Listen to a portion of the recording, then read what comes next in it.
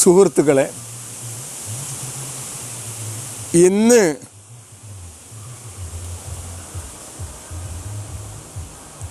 മുസ്ലിങ്ങളുടെ പരിതാപകരമായ അവസ്ഥയ്ക്ക് കാരണമെന്തെന്ന് ചികയുകയും എങ്ങനെ അതിനെതിരെ പ്രതികരിക്കണമെന്നും നമ്മുടെ ഇനിയുള്ള കാലമെങ്കിലും അന്യോന്യം കൊച്ചു വർത്തമാനങ്ങളിൽ കൊച്ചു വർത്തമാനങ്ങളൊന്നും അല്ല, എന്നാൽ അതിലും കൂടുതൽ പ്രാധാന്യം നമുക്കെങ്ങനെ ഈ ജനസമൂഹത്തെ ഒന്നായിട്ട് മുഖ്യധാരയിലേക്ക് കൊണ്ടുവരാൻ ശ്രമിക്കണമെന്നും നിർദ്ദേശിക്കാനാണ് ഞാൻ പ്രിയപ്പെട്ട മുജാഹിദ് ബാലുശ്ശേരിയോടും അതേപോലെ തന്നെ മറുഭാഗത്തുള്ള ജാമിദ ടീച്ചറോടും അഭ്യർത്ഥിക്കുന്നത്.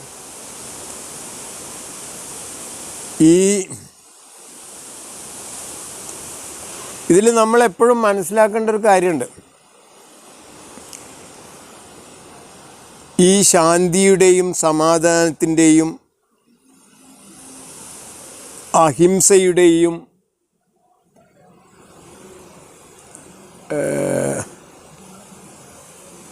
അഭൗതികമായ ആയുധങ്ങളുടെയും കാലഘട്ടം പടുത്തു തുടങ്ങിയിട്ടുള്ളൂ. അതിനു മുമ്പ് ലോകത്തുള്ള എല്ലാ മനുഷ്യരും എല്ലാ തത്വശാസ്ത്രവും, ഇപ്പോൾ ഏറ്റവും അവസാനമായിട്ട് വന്നിട്ടുള്ള കമ്മ്യൂണിസം അടക്കം, എങ്ങനെയാണ് ഒരു പ്രത്യേക കാര്യം വിജയിക്കുക എന്നുള്ളതിനും മറ്റുള്ളവരെ നശിപ്പിച്ചിട്ട് തന്നെയാണ് പറഞ്ഞിട്ടുള്ളത്. സായുധ സമരങ്ങൾ മാത്രമായിരുന്നു. സായുധ സമരങ്ങൾ വഴി എങ്ങനെ നമ്മുടെ എതിരാളിയെ തോൽപ്പിക്കുന്നു, ഇല്ലാതാക്കുന്നു എന്നതായിരുന്നു നമ്മുടെ മനുഷ്യകുലത്തിൻ്റെ ആ കാലഘട്ടത്തിൽ ഒന്നായിട്ട് ഉണ്ടായിരുന്ന തത്വശാസ്ത്രം. ചരിത്രാതീത കാലം മുതൽ ഉപകരണങ്ങൾ ഉപയോഗിച്ച് മനുഷ്യൻ ഈ പ്രകൃതിയെ, ചുറ്റുപാടുകളെ കീഴടക്കാൻ ശ്രമിച്ച അന്ന് മുതൽ അവന് കൊല അല്ലെങ്കിൽ എതിരാളികളെ നശിപ്പിക്കുക എന്നുള്ളത് സാമാന്യ നിയമമായിരുന്നു. അതൊരു വലിയ അബദ്ധമായിട്ട് ആരും കണക്കാക്കിയിട്ടില്ല. അതിൽ സാമാന്യേന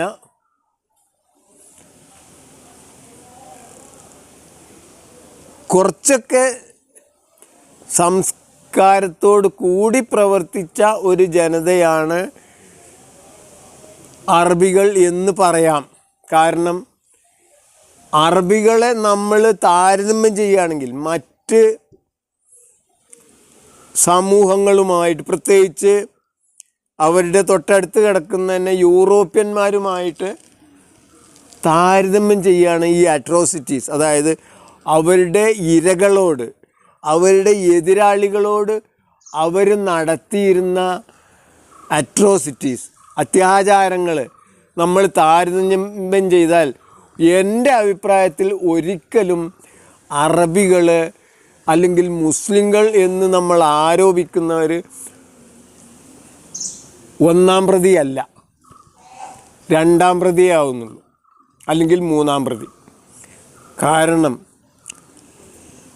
യൂറോപ്യന്മാർ സമാനതകളില്ലാത്ത രീതിയിൽ, യൂറോപ്യന്മാർ എന്ന് പറഞ്ഞാൽ ക്രിസ്ത്യാനികളാണ്, പക്ഷേ ക്രിസ്ത്യാനികളാണ് ചെയ്ത, ഇപ്പോൾ സുനിൽ പി ഇളയിടം പറയുന്ന പോലെ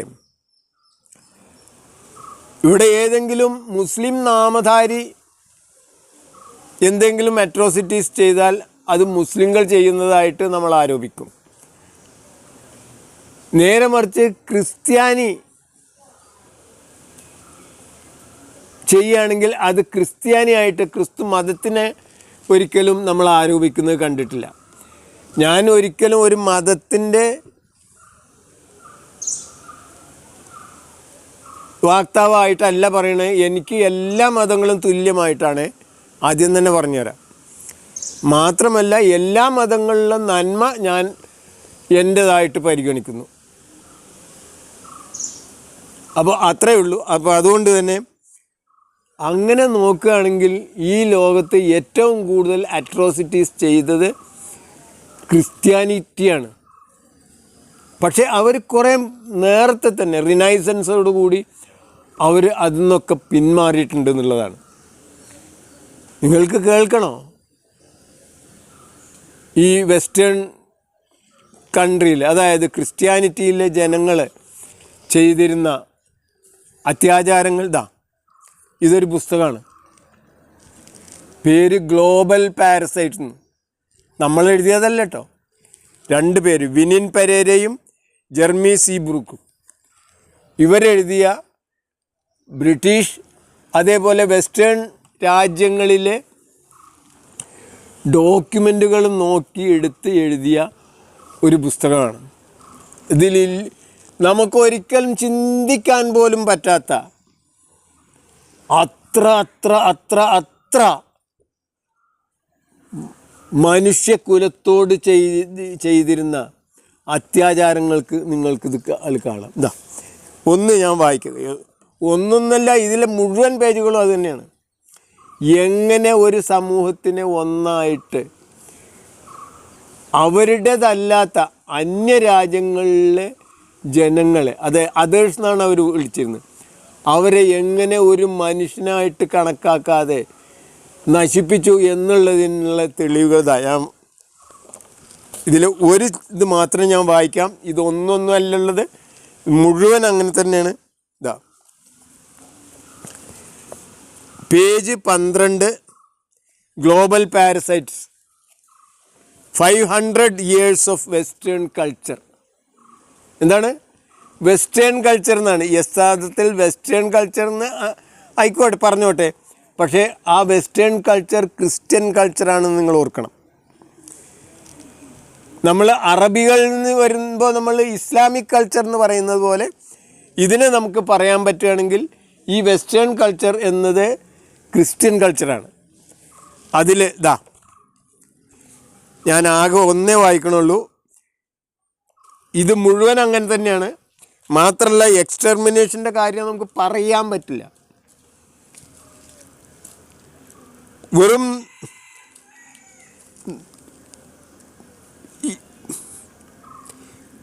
1492 മുതൽ വെറും 100 വർഷം കൊണ്ട് ഏകദേശം 10 കോടി ജനങ്ങളുണ്ടായിരുന്ന അമേരിക്കൻ അബോറിജിൻസിൽ 95% ജനങ്ങളെയും ഇല്ലാതാക്കിയ സംസ്കാരമാണ് അവരുടേത്. അതിനൊരിക്കലും നമ്മൾ എന്ത് പറയുന്നില്ല, ക്രിസ്ത്യൻ കൾച്ചർ എന്ന് പറയാറില്ല. കാരണം അവർ ഇന്ന് അത്രത്തോളം അതിനെ അപലപിക്കുന്നു, ഇന്ന് അവർ നടത്തുന്നില്ല. അതുകൊണ്ട് തന്നെ പറയാത്തത്. നേരെ മറിച്ച് മുസ്ലിങ്ങളിൽ ഇന്നും ആ കൾച്ചർ നിലനിർത്താൻ പറ്റുന്ന എല്ലാ സംവിധാനങ്ങളും അതിലുണ്ട്. ഇതൊന്ന് വായിച്ചു കേട്ടോളൂ നിങ്ങൾ. Hispaniola, now Haiti and the Dominican Republic, was the ill-fated island chosen by Columbus on his second voyage as his new world capital. The Spanish forces killed indiscriminately and most cruelly for the gold they were always seeking. നോക്കുക നിങ്ങൾ, ഞാൻ പറഞ്ഞത് നിങ്ങൾക്ക് മനസ്സിലായി. ഹിസ്പാനിയ അല്ലെങ്കിൽ ഇന്ന് Dominican republic എന്നോ Haiti എന്നോ പറയുന്ന ആ സ്ഥലത്ത് ഉള്ള ജനങ്ങളാണ് ഈ കൊളംബസിൻ്റെ 2ാം വോയേജ് മുതൽ അവരുടെ ഈ അത്യാചാരങ്ങൾക്ക് ഇരകളായത്. മാത്രമല്ല ഇതായിരുന്നു ഇവരുടെ പുതിയ ക്യാപിറ്റലായിരുന്നത്. ഈ സ്പാനിഷ് ഫോഴ്സസ് യാതൊരു തത്വദീക്ഷയുമില്ലാതെ മുഴുവൻ അതിക്രൂരമായ അവരുടെ സ്വർണം തേടിയിട്ടായിരുന്നു ഈ പോക്ക്. സ്വർണത്തിനായിട്ട് അവർ കൊന്നു തള്ളി. They were accompanied by ferocious dogs, the dogs of war, trained to dissemble and kill human beings by being fed on human flesh alone. അതായത് ഇവരെപ്പോഴും അവരുടെ കൂടെ ഫെറോഷ്യസ് ഡോഗ്സ്, ക്രൂരമായ നായ്ക്കളെ കൊണ്ടു നടന്നത്. ഈ നായ്ക്കളുടെ പ്രത്യേകത എന്താണ്? അവയെ വെറും മനുഷ്യമാംസം മാത്രം കൊടുത്തിട്ടാണ് തീറ്റ കൊടുത്തിരുന്നത്. അതുവഴി മനുഷ്യനെ കണ്ടാൽ തന്നെ അവർക്ക് അതിക്രൂരമായ സ്വഭാവമായിരുന്നു. അതെന്തിനാ? മനുഷ്യനെ കീറി പറിച്ചിടാൻ, ഡിസംബിൾ ചെയ്യാൻ, കഷ്ണമാക്കാൻ. മാത്രമല്ല ഇതാ നോക്കൂ, അങ്ങനെയുള്ള ഇതായിട്ടാണ് അവർ നടന്നിരുന്നത്. They accompanied by ferocious dogs of war, trained to dissemble and kill human beings by being fed on human flesh alone. ഇനി വായിക്കണത് നിങ്ങളൊന്ന് കേൾക്കണം. അത്രയും ഭീകരമാണ്. രക്തം കട്ട പിടിച്ചു പോകുന്ന, മരവിച്ചു പോകുന്ന, മനുഷ്യ മനസ്സാക്ഷി എന്നൊന്നുണ്ടെങ്കിൽ അത് മരവിച്ചു പോകുന്ന സ്ഥിതി. Live infants were often thrown to the dogs in the presence of their mothers. സ്വന്തം അമ്മമാരുടെ മുമ്പിൽ നിന്ന് കുഞ്ഞുങ്ങളെ പിടിച്ചെടുത്തിട്ട് ഇവർക്ക് വലിച്ചെറിഞ്ഞ് കൊടുത്തിരുന്നു.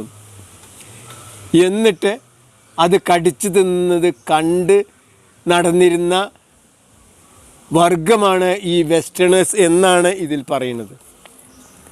ഇത് മുഴുവൻ പാർലമെൻറ്റിലും അല്ലെങ്കിൽ കൃത്യമായ ഡോക്യുമെൻറ്റുകളും വെച്ചിട്ട് തന്നെ ഉള്ളതാണ്. ഓരോ സെൻറ്റൻസും നോക്കുക നിങ്ങൾ, ഓരോ സെൻറ്റൻസും വിത്ത് ഡോക്യുമെൻ്ററിയും കൂടിയിട്ടാണ് ഇതിൽ പറഞ്ഞിട്ടുള്ളത്. നിങ്ങൾക്ക് ഈ പുസ്തകം കാണാവുന്നതാണ്, പുസ്തകം കിട്ടുന്നതാണ്, ആർക്കും ഇപ്പോൾ ഇൻ്റർനെറ്റിൽ തന്നെ വായിക്കാൻ കഴിയുന്നതാണ്. അങ്ങനെ ഇതിൻ്റെ സ്ക്രീൻഷോട്ട് ഞാൻ ഇതിൽ വെക്കാമെന്ന് വിചാരിക്കുന്നത്. അതേപോലെ തന്നെ 1492 75 മുതൽ 100 മില്യൺ, അതായത് 10 കോടിയോളം ജനങ്ങളുണ്ടായിരുന്നതിൽ നിന്ന് 90% of them were wiped out in a century and a half. Each one of these millions was an individual man, woman, boy or girl entitled to a full and peaceful life in the lands they had lived in for thousands of years. അതായത് അവിടെ ഉണ്ടായിരുന്ന ജനങ്ങളിൽ നിന്ന് 95% കൊന്നു തള്ളി. അതായത് 10 കോടി ജനങ്ങൾ ഉണ്ടായിരുന്നതിൽ നിന്ന് 9.5 കോടി ജനങ്ങളെയും കൊന്നു തള്ളിയവരാണ് ആര്? ഈ വെസ്റ്റേണേഴ്സ്. ഏതാണ് ഈ വെസ്റ്റേണേഴ്സ്? ഞാനൊരു മതത്തിൻ്റെ പേര് പറയുന്നില്ല. അതേപോലെ തന്നെയാണ് യഥാർത്ഥത്തിൽ അറബികളും എന്തെങ്കിലും ചെയ്തിട്ടുണ്ടെങ്കിലും ഇപ്പോഴും ചെയ്യുന്നതും എന്ന് നാം മനസ്സിലാക്കേണ്ടതുണ്ട്. അതുകൊണ്ട് തന്നെ ഇതൊരു വലിയ ഒരു അബദ്ധമായിട്ടോ അല്ലെങ്കിൽ പ്രത്യേകതയായിട്ടോ കണക്കാക്കണം. കാരണം അത് കാലഘട്ടത്തിൻ്റെയാണ്. ആ കാലഘട്ടത്തിൽ എതിരാളിയെ തകർക്കാൻ ഭൗതികമായ നശീകരണ ആയുധങ്ങൾ മാത്രമാണ് ഉണ്ടായിരുന്നത്. അത് മാറിയത്, ആ ട്രെൻഡ് മാറിയത് 20-ാം നൂറ്റാണ്ടോടുകൂടിയാണ്. അതിനുള്ള ഏറ്റവും പ്രധാന കാരണം നശീകരണ ആയുധങ്ങളുടെ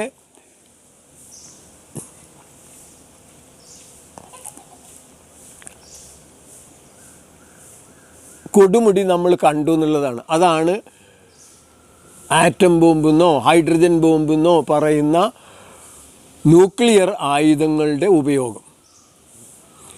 ഇതോടുകൂടിയാണ് യഥാർത്ഥത്തിൽ ശാന്തിയുടെയും സമാധാനത്തിൻ്റെയും ഒരു കാലഘട്ടം അത്യാവശ്യമാവുകയും അങ്ങോട്ടും മാറുകയും ചെയ്തത്. അതിനു മുമ്പ് കമ്മ്യൂണിസ്റ്റ് പാർട്ടികൾ വരെ എതിരാളികളെ കൊല്ലാനും നശിപ്പിക്കാനും ഒരു പ്രയാസം ഉണ്ടായിരുന്നില്ല.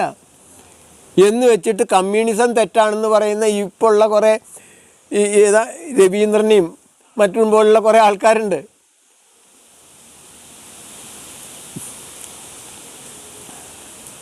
ആ കാലഘട്ടത്തിലെ സാധാരണ രീതിയിലുള്ള സാമാന്യമായ ബോധമായിരുന്നു നമ്മൾ ജയിക്കണമെങ്കിൽ മറ്റുള്ളവരെ കൊല്ലണം എന്നുള്ളത്. പക്ഷേ ആ കാലഘട്ടം മാറിയിരിക്കുന്നു. 20-ാം നൂറ്റാണ്ടോടുകൂടി നിങ്ങൾക്ക് എല്ലാവർക്കും അറിയാം 1905 ആദ്യമായിട്ട് സ്പെഷ്യൽ തിയറി ഓഫ് റിലേറ്റിവിറ്റി വന്നത്. 1915 സാമാന്യ ആപേക്ഷികത സിദ്ധാന്തം വന്നത്. അത് കഴിഞ്ഞിട്ട് 1944 കൂടിയാണ് ഈ അതുപയോഗിച്ചിട്ടുള്ള ആറ്റം ബോംബ് ഇവിടെ വന്നത്. അത് ഇതുവരെ ഉണ്ടായിരുന്ന എല്ലാ നശീകരണ ആയുധങ്ങളുടെയും പരിസമാപ്തിയായിരുന്നു. അതിന് ശേഷമാണ് നിങ്ങൾക്ക് കണ്ടാലറിയാം, നിരീക്ഷിച്ചാലറിയാം, ലോകത്തുണ്ടായിരുന്ന യുദ്ധങ്ങളുടെ കാര്യങ്ങളൊക്കെ ഇതിൽ പറയുന്നുണ്ട്. എത്ര യുദ്ധങ്ങളാണ് ഓരോ നാടും ചെയ്തിരുന്നത്. ഇംഗ്ലണ്ട് ആയിക്കോട്ടെ, ഫ്രാൻസ് ആയിക്കോട്ടെ, സ്പെയിൻകാരായിക്കോട്ടെ, എല്ലാ ആൾക്കാരും ചെയ്തിരുന്ന യുദ്ധങ്ങൾക്ക് കണക്കില്ല. പക്ഷേ ഇപ്പം അങ്ങനെയല്ല. അങ്ങനെ യുദ്ധങ്ങളുടെ കാലഘട്ടത്തിൽ നിന്ന്, എതിരാളികളെ നശിപ്പിക്കുന്ന കാലഘട്ടത്തിൽ നിന്ന് മറ്റൊരു രീതിയിൽ നമ്മളെ എതിരാളിയെ കീഴടക്കുന്ന ഒരു കാലഘട്ടത്തിലേക്ക് എന്തൊക്കെ പറയുകയാണെങ്കിലും ആ അർദ്ധനഗ്നനായ ഫക്കീർ ഗാന്ധിജി ഒരു പുതിയ വഴി നമുക്ക് കാണിച്ചു തന്നിരിക്കുന്നു. അത് നമുക്ക് മാത്രമല്ല, ഈ മനുഷ്യകുലത്തിനൊന്നായിട്ടുള്ള ആധുനികമായ ഒരു രീതി തന്നെയാണ്. അതിന് നമുക്കൊക്കെ അഭിമാനിക്കാവുന്നതാണ്. ഇന്ത്യക്കാരന് എപ്പോഴും അഭിമാനിക്കാവുന്ന ഒരു കാര്യം തന്നെയാണ് ഗാന്ധിജിയുടെ അഹിംസാ സിദ്ധാന്തം വഴിയുള്ള ഈ കോൺഫ്ലിക്റ്റ് റെസൊല്യൂഷനോ അല്ലെങ്കിൽ ഈ എതിരാളികളുടെ കാര്യങ്ങൾ പറഞ്ഞു തീർക്കുന്ന പരിപാടി. 0 കൊണ്ട് ലോകത്തിന് എത്ര കണ്ട് ശാസ്ത്ര സാങ്കേതിക രംഗത്ത്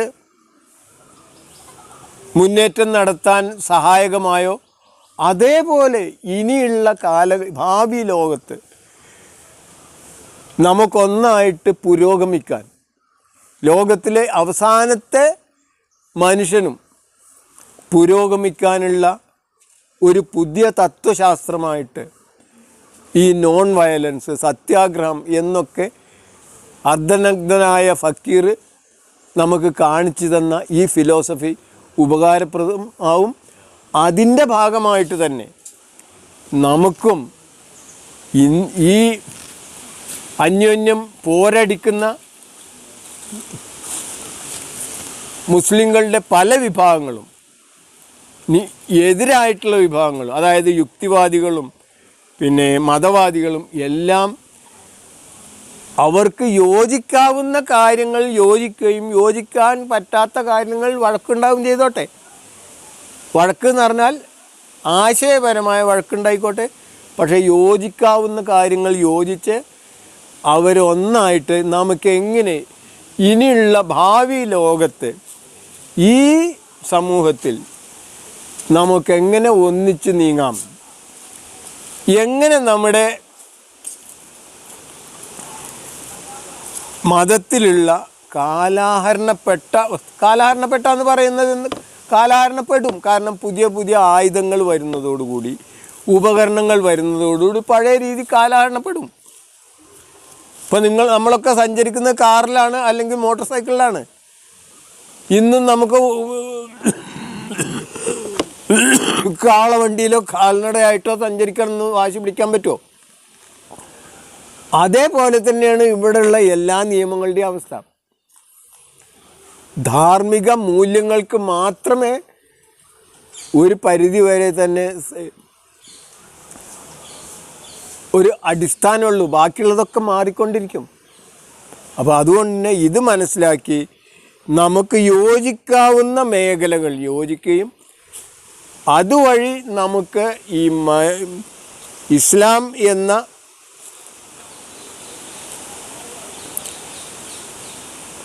മതത്തെയും അതിൽ വിശ്വസിക്കുന്ന ഒരു 1/7 ജനങ്ങളെയും എങ്ങനെ നമുക്ക് പരമാവധി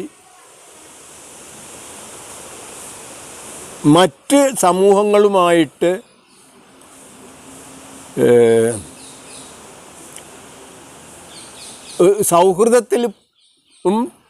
സൗഹൃദത്തിലും സാഹോദര്യത്തിലും പോകാൻ പറ്റുമെന്നതിനുള്ള വഴികൾ കണ്ടെത്തണം. ഇനിയും ഒരു ഐലാൻ കുർദി, നമുക്കെല്ലാവർക്കും അറിയാം ഐലാൻ കുർദിയെ. വെറും 1.5 വയസ്സുള്ള ഒരു പയ്യൻ അങ്ങനെ മരിച്ചു കിടക്കുന്നത് നമ്മളെല്ലാവരും കണ്ണ് നിറഞ്ഞിട്ടാണ് കണ്ടത്, ലോകം മുഴുക്കെ. അങ്ങനെയുള്ള ഐലാൻ കുർദിമാർ ഉണ്ടാവാനുണ്ടായ കാരണം കാലാഹരണപ്പെട്ട ഒരു തത്വസംഹിതയും അതിൽ പിടിച്ച് നമുക്കെല്ലാവർക്കും അറിയാം എന്തൊക്കെ മതവർഗീയ രാഷ്ട്രീയ രീതികളാണ് യഥാർത്ഥത്തിൽ ഈ ഐലാൻ കുർദിമാരെ ഉണ്ടാക്കിയത്. ഈ പാലായനങ്ങൾക്ക് കാരണമെന്ത്? ഈ പാലായനം കൊണ്ട് ഈ വെസ്റ്റേൺ രാജ്യങ്ങൾ, ഞാൻ നേരത്തെ പറഞ്ഞ പോലെയാണ്, അവർ വളരെ സുഖമായിട്ട് സൗകര്യപൂർവ്വം എടുക്കുന്നുണ്ട്. എന്തുകൊണ്ടാണ്? അവിടെ ജോലി ചെയ്യാൻ ആളില്ല, അതുകൊണ്ട് അവരെടുക്കുകയാണ്. ഇപ്പോൾ നിങ്ങൾ തന്നെ നോക്കൂ, ഫ്രാൻസിൽ ഒരു അധ്യാപകൻ്റെ തലവെട്ടി, അത് എല്ലാവരും ലോകം മുഴുക്കെ അറിഞ്ഞു. നേരെ മറിച്ച് ഈ മുസ്ലിങ്ങൾക്കൊന്നും അവിടെ സാധാരണ മുസ്ലിങ്ങളൊക്കെ ഒരു പട്ടികളെ പോലെ ആട്ടിപ്പായിക്കുകയാണ് ചെയ്തുകൊണ്ടിരിക്കുന്നത്. അതാരും അറിയില്ല. കാരണം അവർക്ക് ഏറ്റവും ചുരുങ്ങിയ വെസ്റ്റേൺ ഒരു കൾച്ചറുണ്ട്, അവർ ആ രീതിയിൽ അത് ചെയ്യുള്ളൂ. അപ്പോൾ അതുകൊണ്ട് തന്നെ അതുകൊണ്ടൊക്കെ ഉണ്ടാകുന്ന അപകടം യഥാർത്ഥത്തിൽ മനുഷ്യ സമൂഹത്തിനൊന്നായിട്ടാണ്, മുസ്ലിങ്ങൾക്കാണെങ്കിലും അത് മനുഷ്യ സമൂഹത്തിനൊന്നായിട്ടാണെന്ന് നമ്മൾ മനസ്സിലാക്കുകയും, എങ്ങനെ അങ്ങനെ അല്ലാത്ത ഒരു രീതിയിൽ ഇത്രയും വികൃതമായ, അതായത് മറ്റൊരാളെ കൊല്ലാൻ ഒരു മടിയില്ലാതെ സ്വർഗം കിട്ടുമെന്നൊക്കെ വിചാരിച്ചിട്ട് കൊല്ലാൻ നടക്കുന്ന അതിനെ എങ്ങനെ നമുക്ക് ചെറുത്തു തോൽപ്പിക്കാം? ഞാൻ വിശ്വസിക്കുന്നത് ഈ മുജാഹിദ് ബാലുശ്ശേരി ആയിക്കോട്ടെ അല്ലെങ്കിൽ മുജാഹിദ് പ്രസ്ഥാനമായിക്കോട്ടെ അതിനെ പൂർണ്ണമായിട്ടും എതിർക്കും എന്ന് വിചാരിച്ചിട്ടാണ്. ഞാനും അതിൽ നിന്ന് ജനിച്ചു വളർന്ന ഒരാളായതുകൊണ്ട് എനിക്ക് അവരുടെ സ്പന്ദനങ്ങൾ അറിയാം. അതുകൊണ്ടാണ് പറയുന്നത്. നേരെ മറിച്ച് എല്ലാവരും അങ്ങനെയല്ല കേട്ടോ. വളരെ കുറഞ്ഞ ചെറിയൊരു വിഭാഗമുണ്ട് സ്വർഗം കിട്ടാനായിട്ട് എന്ത് ചെയ്യും, എന്ത് വേണമെങ്കിലും ചെയ്യാം, ആരെ വേണമെങ്കിലും കൊല്ലാം എന്ന് വിചാരിക്കുന്നത്. ഇപ്പോൾ എൻ്റെ കുടുംബത്തിൽ തന്നെ എനിക്കറിയാം. ഇപ്പോൾ എൻ്റെ കുടുംബത്തിൽ എന്നെ മരിക്കാൻ കാലത്ത് എൻ്റെ ഒരു പെങ്ങളുടെ മകൾ കാണണം എന്ന് പറഞ്ഞ ഒരു പെൺകുട്ടിയുടെ മകൻ വലിയ മുജാഹിദാണ്. അവൻ പറയാണ് അവൻ്റെ ഭാര്യയോടും മകനോടും, ഞാൻ അവിടെ ചെല്ലുകയാണെങ്കിൽ എന്നെ കൊല്ലണം എന്ന് 7 വയസ്സുള്ള മകനോട് ഭാര്യയോട് പറയാണ്, എന്നെ കൊന്നിട്ടില്ലെങ്കിൽ അവളെ കൊല്ലും. അങ്ങനെയൊക്കെയുള്ള വികൃതമായ മനസ്സുള്ള മുസ്ലിങ്ങളെ പ്രത്യേകിച്ച് മുജാഹിദ് വർഗത്തിൽ തന്നെ ഉണ്ട് എന്നുള്ളത് എനിക്കറിയാം. പക്ഷേ അതിലും വളരെ വളരെ വളരെ കൂടുതൽ പെർസെൻറ്റേജ് യഥാർത്ഥത്തിൽ ഈ മതത്തെ പരിപാവനമായി കാണുകയും എല്ലാ മനുഷ്യരെയും തുല്യരായി കാണുകയും ലക്കും ദീനുക്കും വലിയ ദീൻ എന്ന് അംഗീകരിക്കുകയും ചെയ്യുന്നവരാണെന്നും അങ്ങനെയുള്ള ഈ കാലത്ത് നടപ്പാക്കാൻ പറ്റാത്ത അവരെന്തോ ചെയ്തോട്ടെ, അവർ സ്വന്തമായിട്ട് ഈ ലോകം പിടിച്ചടക്കുകയാണെങ്കിൽ പിടിച്ചടക്കിക്കോട്ടെ. ഇനി അതല്ല സമൂഹം നേരിട്ടോളും. അതല്ലാത്ത സൗഹൃദത്തോടുകൂടി മതേതരമായിട്ടോ അല്ലെങ്കിൽ മതനിരപേക്ഷമായിട്ടോ അല്ലെങ്കിൽ മതസൗഹാർദ്ദമായിട്ടോ ഈ മൂന്നും ആവാട്ടോ, ഈ മൂന്ന് രീതിയിലും നമുക്ക് ജീവിക്കാൻ പറ്റുന്ന രീതിയിൽ ഇസ്ലാം മതത്തെ പരിവർത്തിപ്പിക്കപ്പെടാൻ ഇസ്ലാം മതത്തിലെ ആധികാരികമായ ഗ്രന്ഥങ്ങൾ പഠിച്ച് അതിൻ്റെ പ്രമാണങ്ങൾ മനസ്സിലാക്കി ആധുനിക രീതിയിലേക്ക് പരിവർത്തിക്കപ്പെടണമെന്നും ഭാഷാന്തരണം ചെയ്യണമെന്നും അതിന് കൂട്ടായ ഒരു യത്നമായിട്ട് നിങ്ങൾ രണ്ടുപേരും, ജാമിദ ടീച്ചറായിക്കോട്ടെ മുജാഹിദ് ബാലുശ്ശേരി ആയിക്കോട്ടെ, ആത്മാർത്ഥമായിട്ട് ഒരേ കുടക്കീഴിലിരുന്ന് ചിന്തിച്ച് സൃഷ്ടിപരമായ സംഭാവനകൾ നൽകണമെന്നും അത് ഈ സമൂഹത്തിന് ഒന്നായിട്ട് ഉപകാരപ്രദമാകുമെന്നും അത് യഥാർത്ഥത്തിൽ മതതീവ്രവാദത്തിൻ്റെ ഒരു മുദ്രാവാക്യം ഉണ്ടായിരുന്നു, ഇന്ത്യയുടെ മോചനം ഇസ്ലാമിലൂടെ എന്ന്. നമ്മളെല്ലാവരും കേട്ടതാണ്.